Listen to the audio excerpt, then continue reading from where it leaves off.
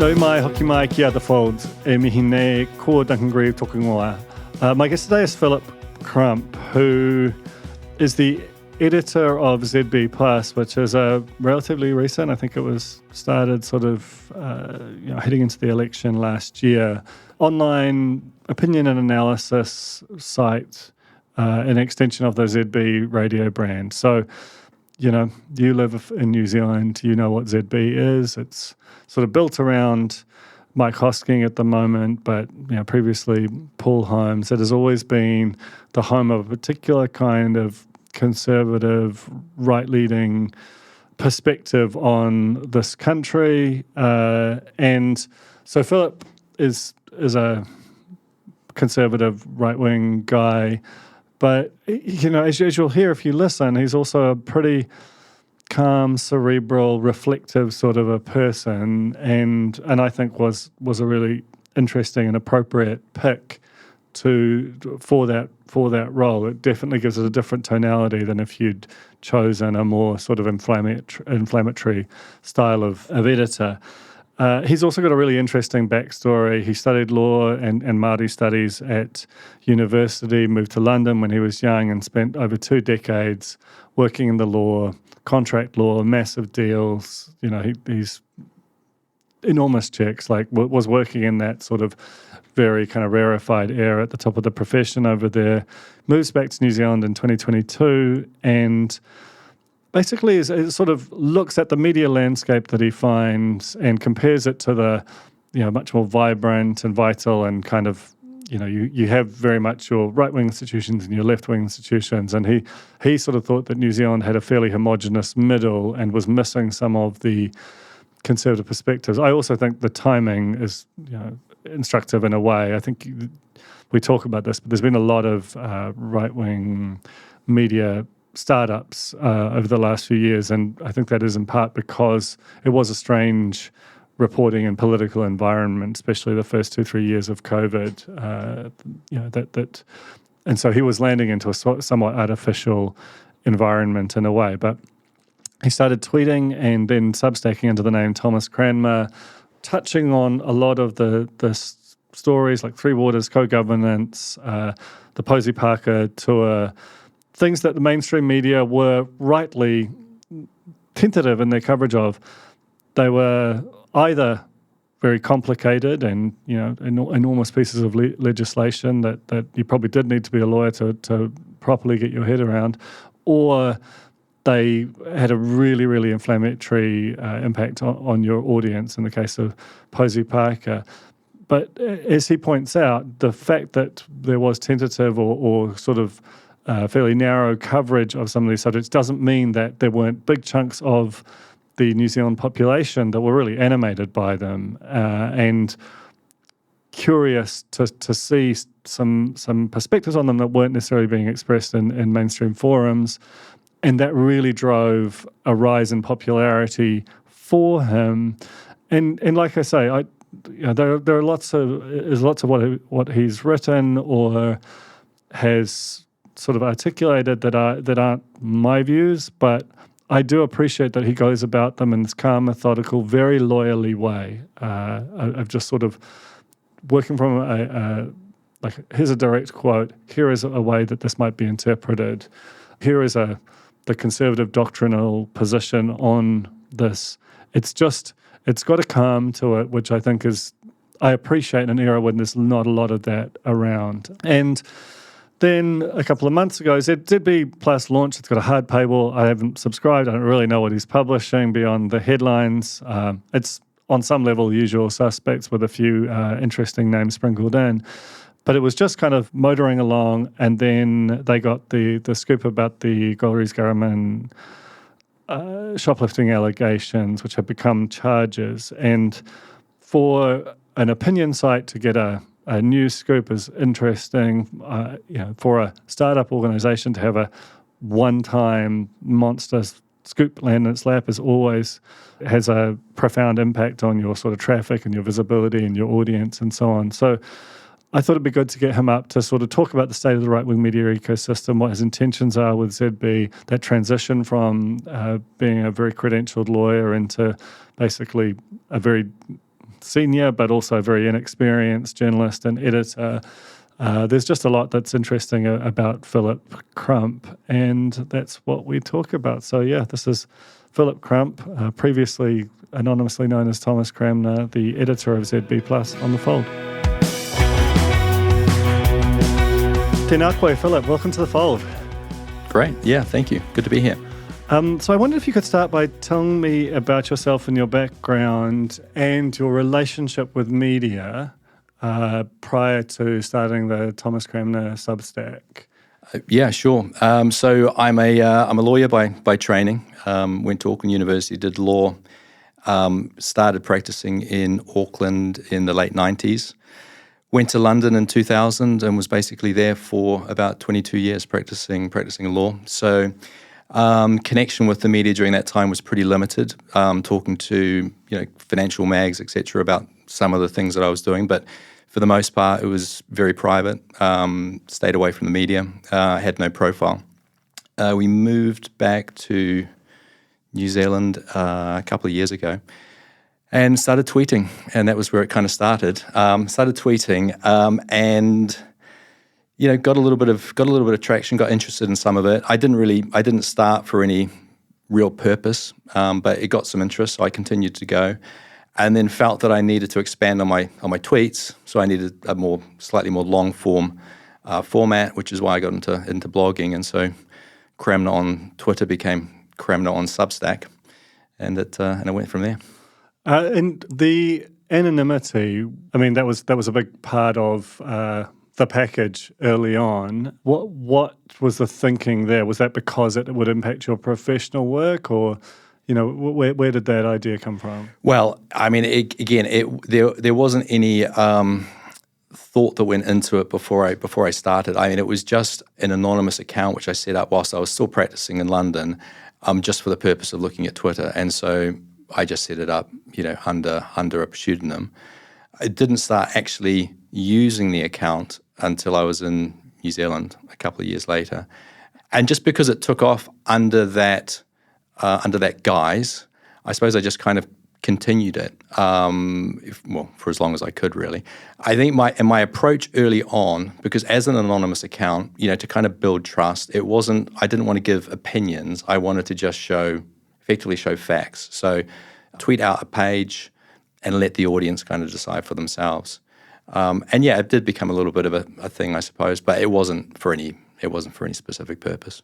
In terms of that sort of, because you were away from New Zealand for over 20 years during a period of most periods of that duration will encompass change of some description. Yeah. But I think, and I want to talk a little bit more about the broader kind of right-wing media ecosystem of which you are and were a part under both your kind of current job and that the Substack and so on. But it feels like a number of people, like the animating force, a lot of them were founded in that period, 20 to 23, the sort of post-COVID era in a way, where they felt like the sphere of what was being discussed and how it was being discussed within mainstream media had changed. Was that something that was part of the animating instinct for you? It definitely, I suppose it definitely played a role, because I think the media landscape here is obviously different to what it is in the UK. It's a far bigger environment and a far more diverse media landscape with a lot more different voices in it. And whilst I didn't set out to kind of do anything on Twitter per se, I think having a different voice or one different voice helped. I think helped kind of with the support around it. And I suppose I did want to, as it developed, give an alternative view to some things that I didn't think were being covered in quite the way that they could be in the media in a more diverse, rounded way. So it's a different voice. I mean, if I'm going to try and characterize what I felt like you were trying to do with the Substack, and you can tell me if I've got it wrong, but it felt like there were sort of two broad pillars to what you were doing. One of which was to offer what was, I don't mean this in a negative way, like a sort of a doctrinaire conservative perspective on things, where that wasn't necessarily part of the discussion. And the second was to, and this would be drawing on your legal background, to look into the weeds of the legislation and sort of imagine what a how that might be tested or applied in various kind of, whether it's contractual or political contexts. Is that fair? Yeah, I think that's an accurate description. I think when it comes to the first point around a kind of a conservative perspective, my view on this, I'm not a particularly tribal person when it comes to politics. I don't have a kind of a team that I follow like I do with my sports teams. And I think that's part of the problem sometimes with politics. People do become very, very tribal. And the effect of that is they lose objectivity. So, whilst I do have, I suppose, a leaning, and I've been quite open with that it's, more right-leaning than it is left. That's not to say that I don't, support, some issues that, from a left perspective. But I think giving that view, which is not, I don't think, that well covered in the media in New Zealand, I think that's one of the problems with a small media landscape where it's got only a small amount of players, and where the voice is relatively homogenous. There's not a lot of diversity within that group. And so I think adding a different view was helpful. And then on the second point, I suppose my training, well, for a start, I'm quite comfortable in terms of digging into documents and pulling things out and presenting for instance, a nugget that may be buried in a large amount of information. And digging into, some of the technical areas around, it was three waters at the beginning of last year, which obviously was, becoming a big issue politically in the country. And I think being able to dive into some of the technical issues around that helped.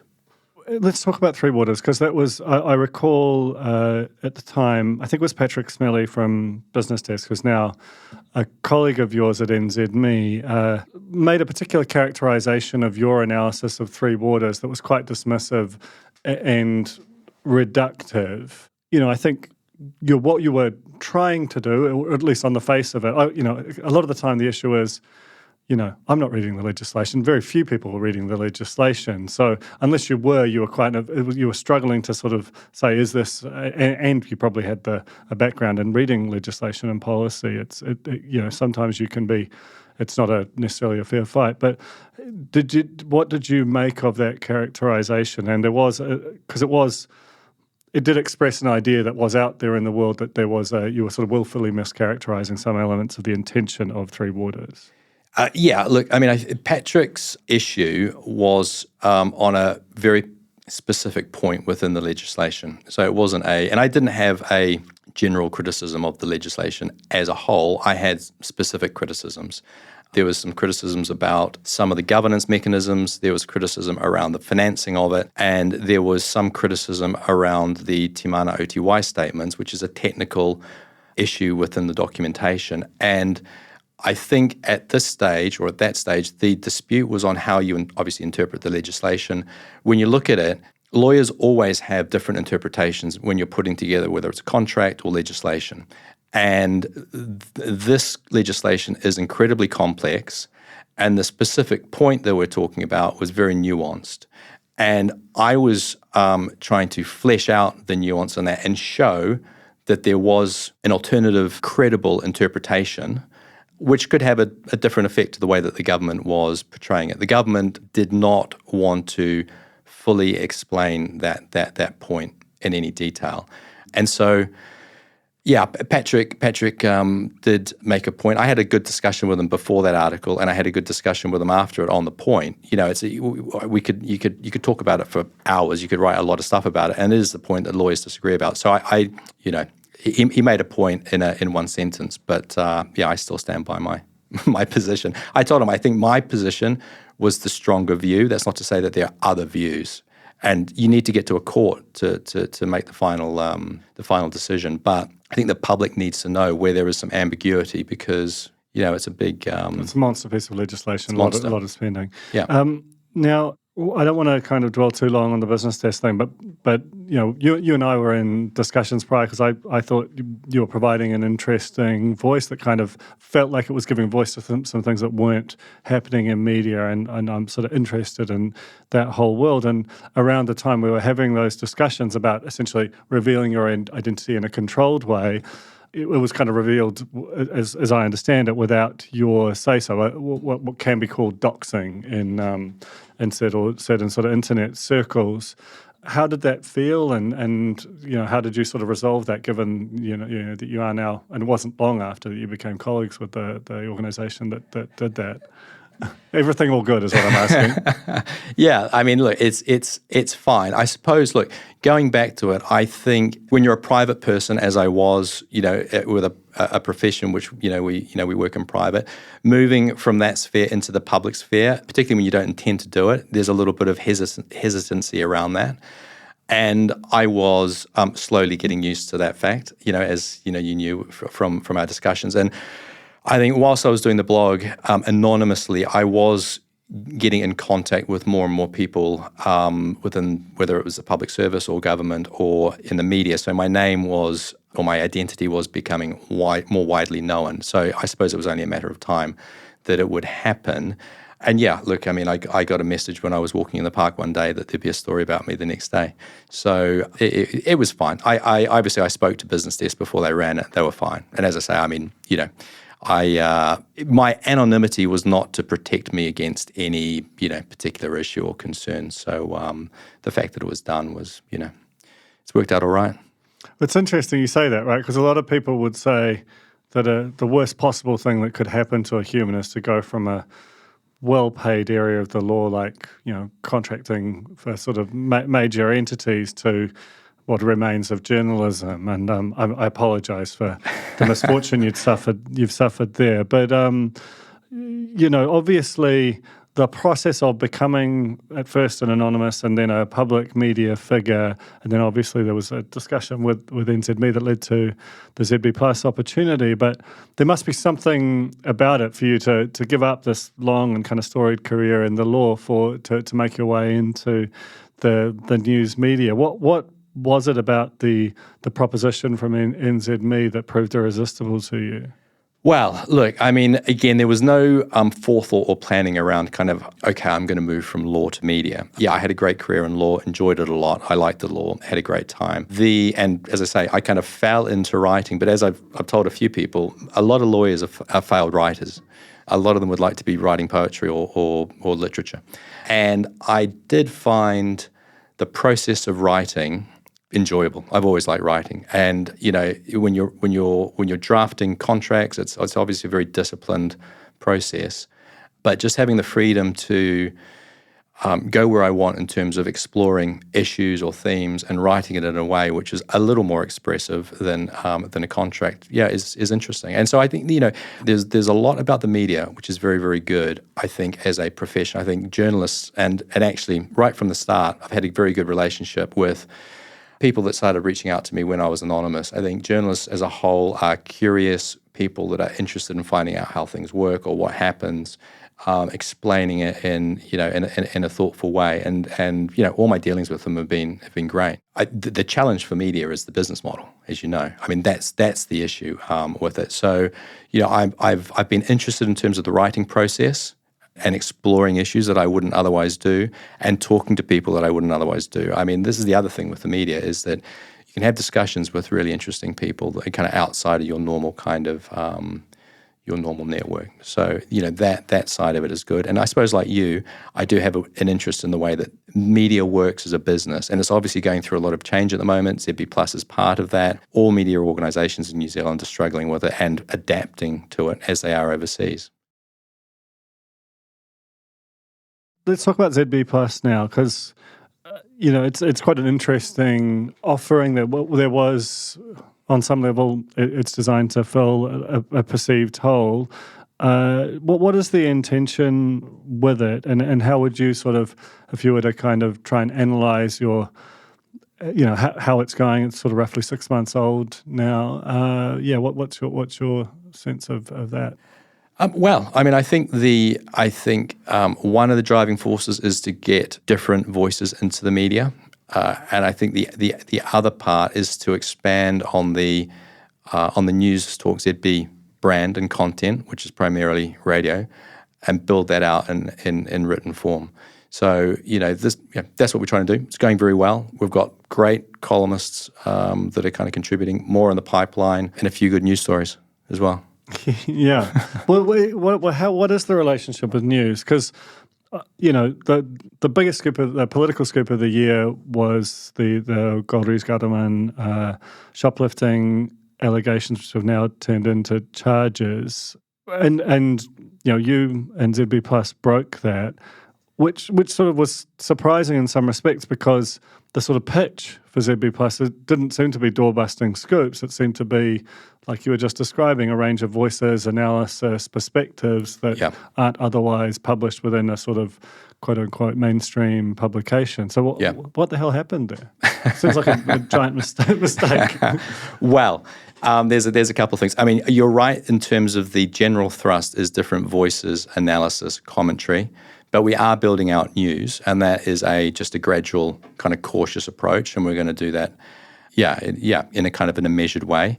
The focus in terms of, I suppose all the content is going to be political content, and that story fell within within that kind of political element. I suppose there was also a little bit of happenstance to it, and this is a kind of a good, I think, it's a good lesson for everyone when you're starting out or when you're a junior. I always found that my best breaks when I was in law was when my boss was on holiday and you got to run a deal and you got exposure to senior lawyers on the other side, you got exposure to clients, and that's the way you kind of really develop. It's kind of taking those opportunities to get profile when people aren't around, they're at the beach. And that's kind of what happened with that story. I mean, other people, it would have been run by someone else. I think I think I was the first person to get it, but there were a lot of people at the beach, and I did pick my phone up when it rang. So I think that's a lesson. Right. And there were a number of people I saw when the story initially broke who basically dismissed the story due to the messenger. They view ZB, rightly on some level, as a conservative coded institution, and the fact that this was a sort of nascent star of the political left who was the target of it, that was an issue. Like, what do you say to that? I mean, ultimately, the charges sort of suggest that was that critique wasn't accurate. But were this to be an ACT MP or a national MP, the same rules apply? I think so. Yeah. I mean, look, it wasn't. It's not a philosophical issue at all. It was a big story, and it happened to be, in relation to a Green Party MP. So, no, I think the coincidence that it was ZB Plus in relation to the Green Party it's purely coincidental. Yeah, we would have run it with any party. Has there been a sort of sustained dividend in terms of whether it's, new subscribers, ongoing traffic? There was certainly, in terms of the profile of the brand, there has not been an event like it. There might never be again. It's that big of a story. Yeah, look, I mean, there has been. It was interesting. It was very interesting for me to see how it unfolded right from the start in terms of, the internal processes and how it rolled out in the media after that. Yeah, I think there's been a good bounce. So, good start to the year.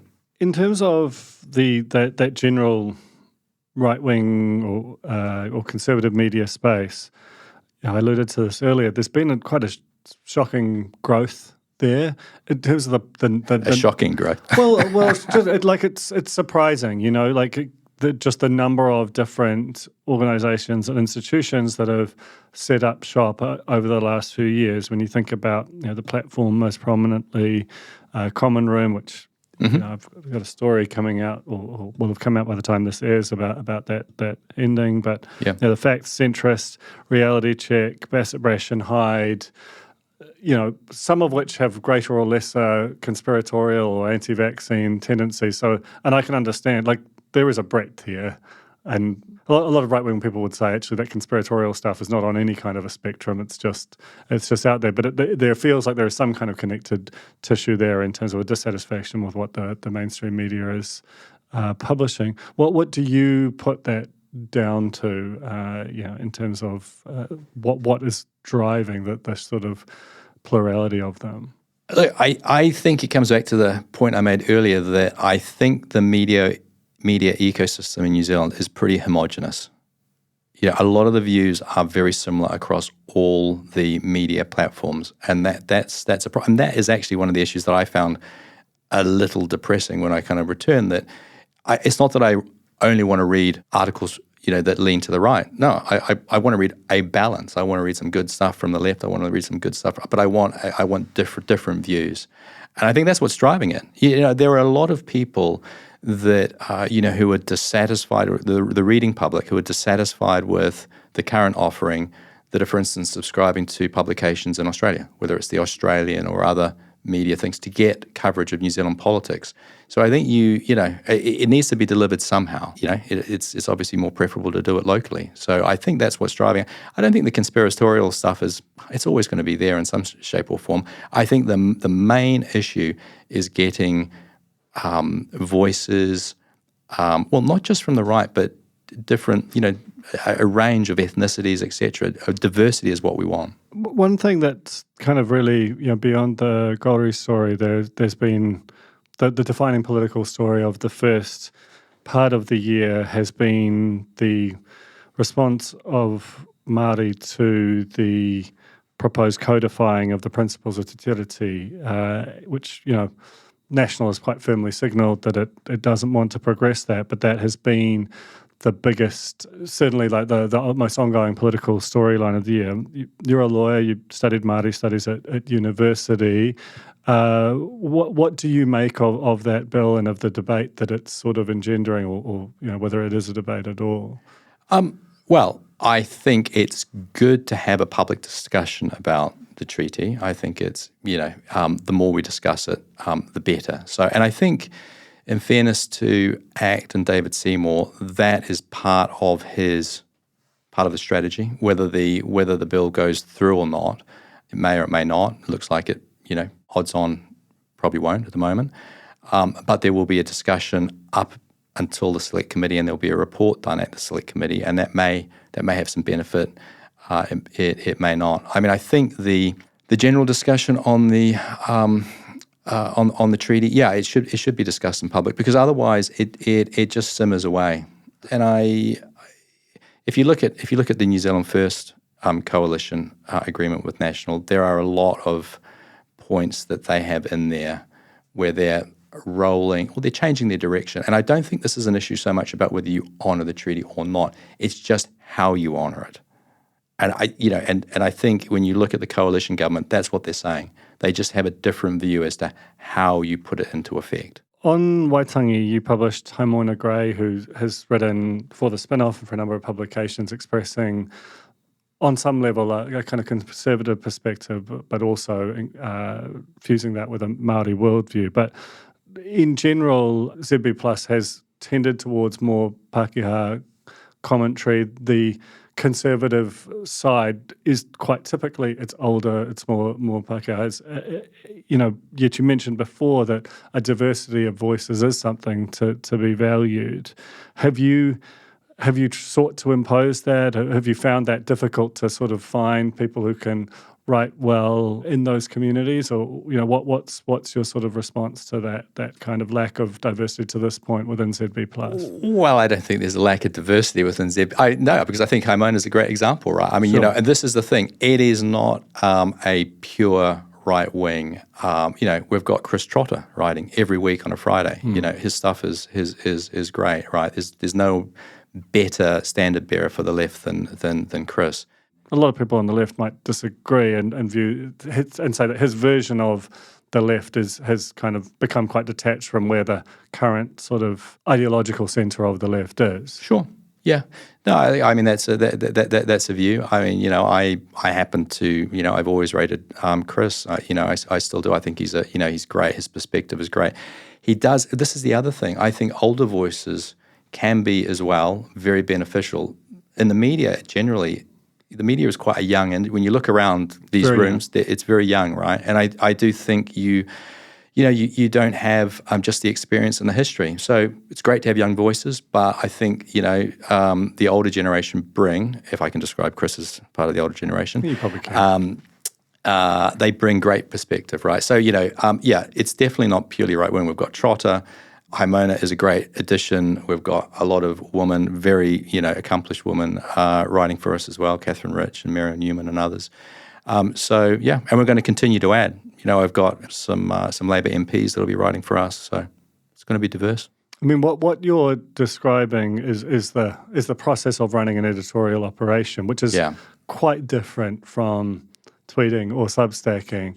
So that's quite a leap. How are you personally finding that process of trying to build out a coherent kind of product versus the more introspective task of what you were doing prior to the gig? Yeah, I mean, it's obviously a different type of role, but I suppose what it gives me that Twitter doesn't is it's a bigger platform and the ability to bring in different voices. And really, ultimately, what I'd like is a contest of ideas.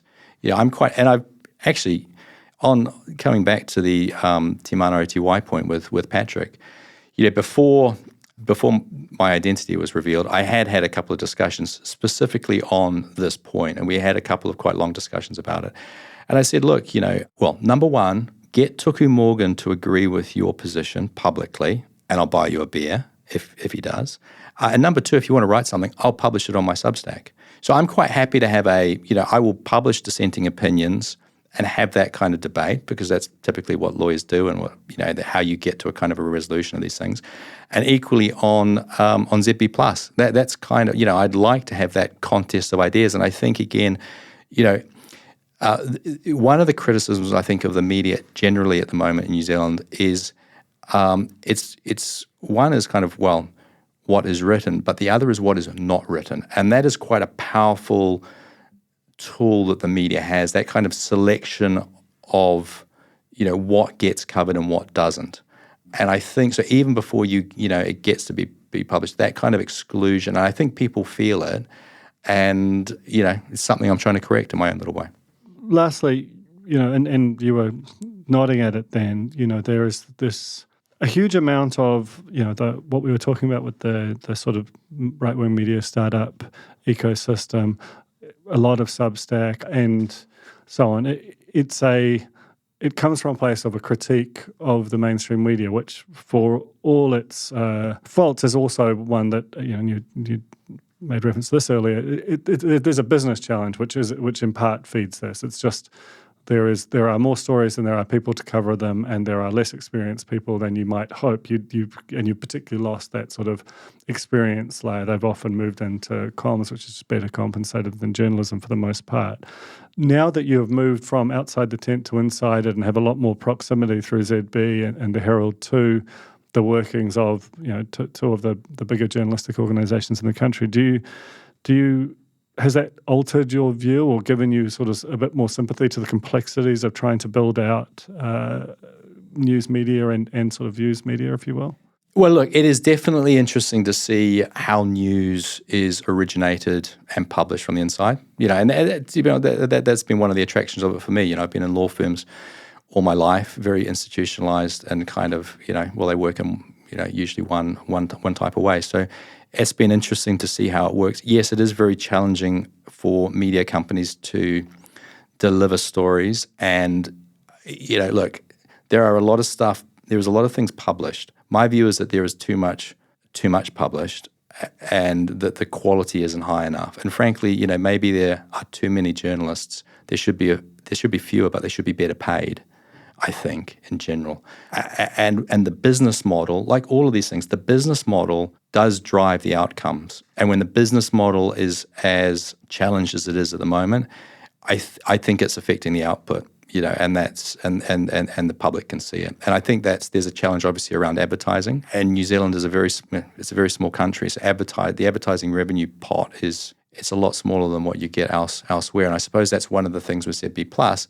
It's subscription only. It's paywalled, a hard paywall. Now, that obviously limits your reach. I'd like to have a bigger reach, but it needs to be financially viable. And I think a lot of media, when you look at it, are moving towards subscription models, whether it's print or, you look at TVNZ, have got TVNZ Plus. I think they're investing $100 million in their digital streaming service.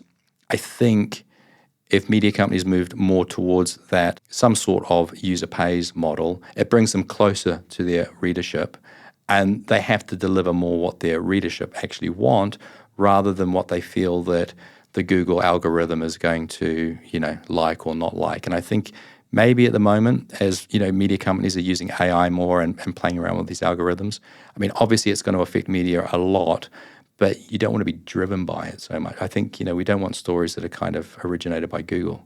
I mean, I think that there's a lot of stories that you can see on sites which are purely engineered to capture search traffic, and the marginal value of them, at times might be harder to pick. But anyway, it sounds like you're already deep in the weeds of this business. I'll let you get back to it. But thanks so much for coming up and explaining what you're up to with ZB Plus. Thank you. Appreciate it.